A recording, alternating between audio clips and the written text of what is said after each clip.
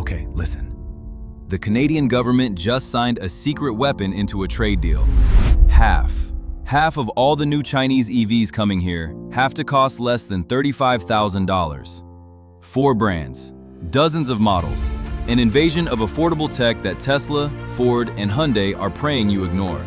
Let me show you the 4 companies that are about to reset the entire market. Look, I know what you're thinking. Chinese cars, why should I care? Here's why. This isn't about them, this is about you. The average new car price in Canada is $66,000. It's insane. You're being priced out of the market. This mandate, this $35,000 rule, it's not a suggestion. It's a government-forced price war. A bomb thrown into the middle of the showroom floor. Whether you ever buy a Chinese car or not, the price of the car you do want is about to get real pressure.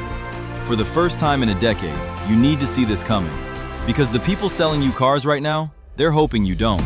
All right, so who are the players? Let's keep this simple. Think of them as 4 generals. General 1 is Geely, the insider. They already own Volvo and Polestar here. They have dealerships, they have your trust. They're not knocking on the door, they already live here. General 2 is BYD, the Titan. They're the biggest EV maker on the planet, bigger than Tesla. They build their own batteries, their own chips. They're a vertical empire. General 3 is Chery, the exporter. They're China's #1 vehicle exporter. This is all they do, conquer new markets. They're the specialists. And General 4 is the wild card, Leapmotor.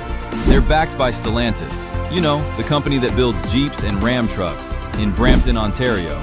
This isn't just about importing cars, it's about maybe, possibly, building them right here.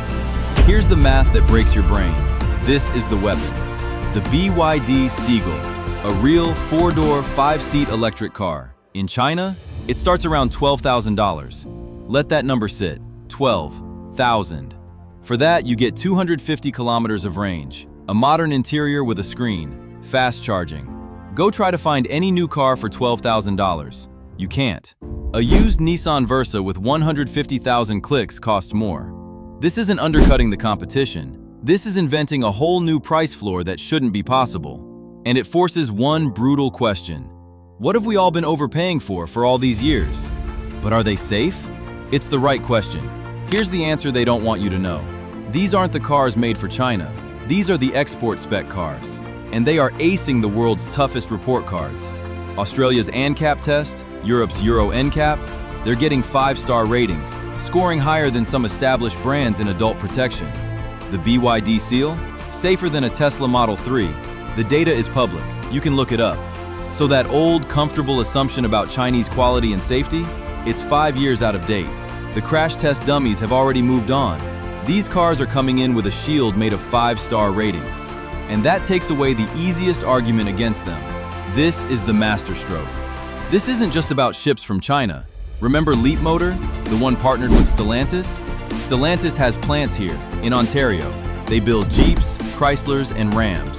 What if they started building Leapmotor EVs right there in Brampton? Think about that. A Chinese-designed electric car, built by Canadian auto workers, in a plant that's been here for decades. It changes the whole story. It's not them versus us. It's, how do we get a piece of the next wave? For years, we've watched auto jobs leave. This could be a tide coming back in.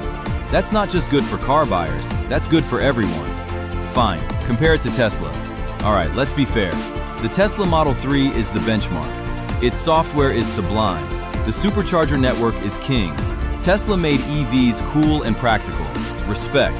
But take Geely's luxury brand, Zeekr, their Model 3 fighter, the Zeekr 007. In China, it has 640 horsepower.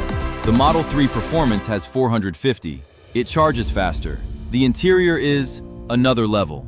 And it costs $17,000 less. So the question for Canada isn't, is Tesla bad? The question is, what would you do with an extra $17,000?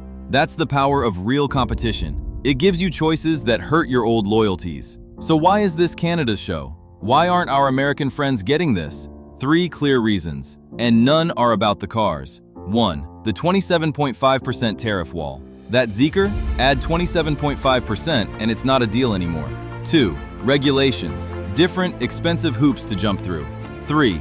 Pure politics. EVs have become a proxy war. The uncomfortable truth? American consumers are being protected. Protected from lower prices. Protected from this shock to the system. The center of the car world moved to China years ago. America put up walls. Canada. We're opening a very specific, very smart door. We're not the test market, we're the blueprint. Okay, zoom out with me. This video isn't really about 4 Chinese brands. It's about the end of an era. The era where automakers could sell you a basic, expensive car and say, take it or leave it. That era is over. This $35,000 mandate is the starting pistol. In 2 years, affordable won't mean slow, boring, and short range. It will mean 400 horsepower, 500 kilometers of range, and a lounge-like interior for the price of a Honda Civic today. Competition isn't coming. It's docking in Vancouver, and that pressure will lift every single boat. It will force Toyota, Hyundai, Ford, and yes, Tesla to be better, to give you more. Your next car in 2026 or 2027 will be better because of the cars landing here in 2025. That's not a prediction, it's just physics. Okay, I gotta ask you, which of these 4 generals has the best shot at changing the game in Canada? Geely the Insider, BYD the Titan, Chery the Exporter, or Leapmotor the Wildcard? Type the number 1, 2, 3, or 4. Let's argue about it in the comments. I actually read them. If you want to see exactly which models land first, the $12,000 Seagull, the 640 horsepower Zeekr, the SUV that might be built in Brampton, hit subscribe. We'll be breaking that news the second it happens. Next video, we're driving the car that makes all of these look expensive. It's absurd. Thanks for watching. See you in the comments.